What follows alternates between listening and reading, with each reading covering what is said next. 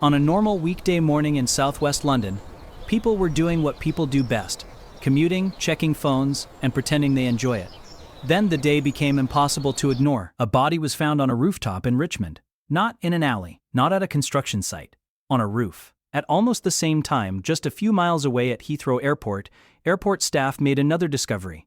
A man, alive but barely, hidden inside the undercarriage of a passenger jet that had just arrived from Johannesburg, South Africa. Two men had attempted one of the most dangerous journeys imaginable, riding a commercial airliner from inside the landing gear compartment. One of them would not survive. The other would, but with consequences that would follow him for the rest of his life. This is the story of the British Airways stowaways of 2015, and what it reveals about desperation, security, and the brutal physics of flight. The aircraft was a long-haul British Airways passenger jet traveling from Johannesburg to London Heathrow. It's a route of around 8,000 miles, typically about 10 to 11 hours in the air. To the passengers, it was likely uneventful: meals, movies, sleep, turbulence, more movies. But beneath the cabin floor, in a space never designed for human survival, two men were clinging to an idea. If they could just hold on, they could reach the UK. They weren't inside the cargo hold. They weren't hidden in a container. They were in the wheel well, also called the landing gear bay or undercarriage compartment. It's basically a mechanical cavity where the wheels retract after takeoff. It's packed with metal struts, hydraulics, wiring, and tight clearances. It is not pressurized. It is not heated. It has no oxygen supply, and it becomes lethally cold. But to someone running out of options, the wheel well can look like a door. This is the part that makes viewers ask, how is that possible? Airports are layered security environments, but they're also gigantic, complex, and full of workers, vehicles, fences, gates, maintenance zones, blind spots, and timing windows. Most wheel well stowaways don't walk onto the plane. They exploit weak points on the perimeter, slip onto the airfield, and reach the aircraft before departure. Sometimes they hide under equipment or blend into chaos. Sometimes they climb fences or use service access points. Once near the plane, they aim for the landing gear area because it's one of the few exterior spaces that a person can physically access without opening a door. It's not easy, it's not common, but it happens often enough that aviation authorities and researchers have documented many cases over the decades. And the tragedy is that people attempt this without understanding what happens to the human body at cruising altitude.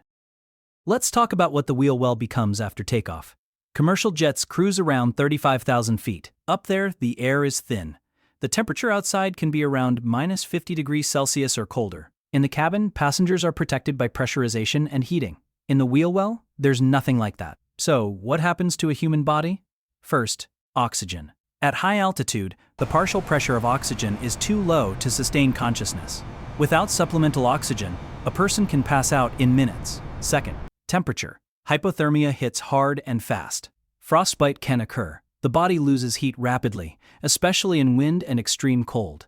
Third, movement and mechanics. Landing gear retracts after takeoff. That means large metal components move into the bay. In many aircraft, this can crush or trap someone. Even if you avoid being crushed, you can be pinned into a position where you can't shift your weight or maintain circulation. Fourth, survival does not mean okay. On rare occasions, someone survives due to a weird combination of factors: where exactly they were positioned, whether the compartment provided partial shielding, how their body responded, and sometimes sheer luck. But survival often comes with severe injury: hypoxia-related brain damage, organ damage, frostbite, and long-term trauma. This is why wheel well stowing has an extremely high fatality rate in documented cases. And in 2015, two men were about to experience that reality in the worst possible way. The aircraft arrives at Heathrow in the morning.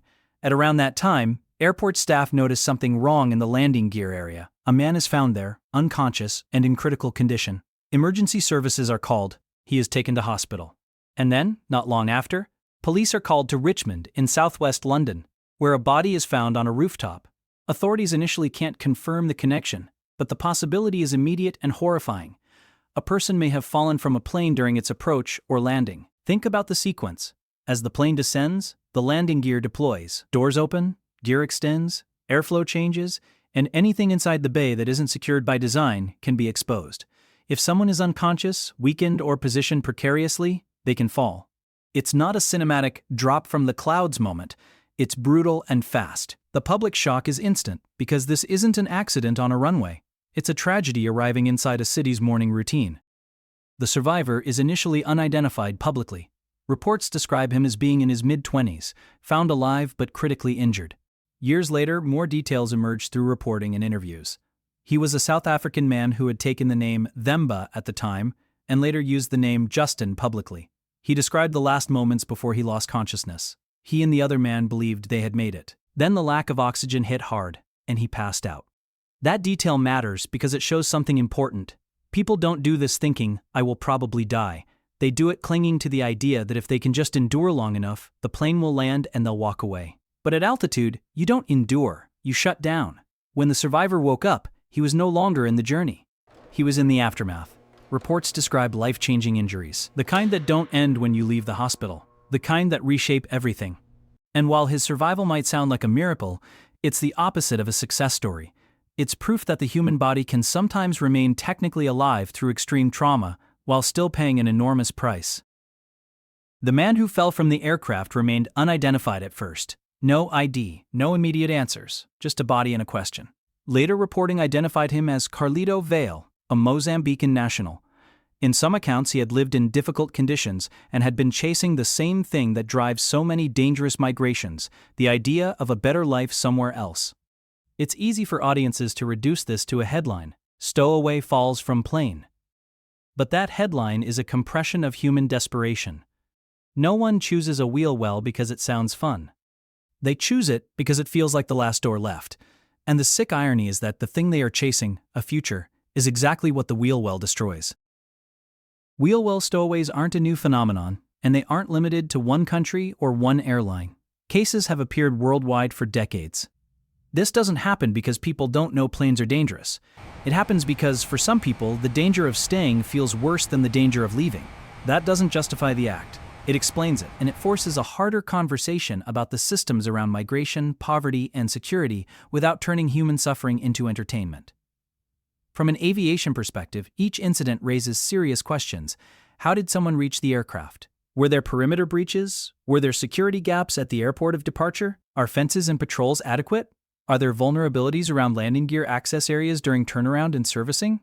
Aviation security is built around passenger screening, baggage screening, access control for staff, and perimeter protection. But the perimeter is where stowaway attempts often live, and perimeter security is as strong as its weakest moment. Let's be blunt, because the internet is full of people who misunderstand this. If you're watching this and thinking, "But one guy survived, so it's possible," that's like saying, "Some people survive being struck by lightning, so it's a travel plan." Survival is rare, and it's almost never survival without devastation.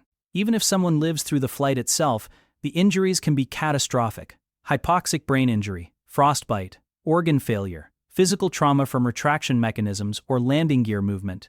The 2015 case isn't an example of "it can be done." It's an example of how close the line is between life and death when you try. On that June morning in 2015, London woke up to something surreal: a body on a rooftop and a survivor pulled from the belly of a plane.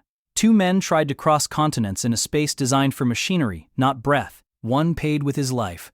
The other lived with consequences that never really end. And the passengers above them never knew there was a second flight happening under their feet. Silent, freezing, and almost invisible until it wasn't.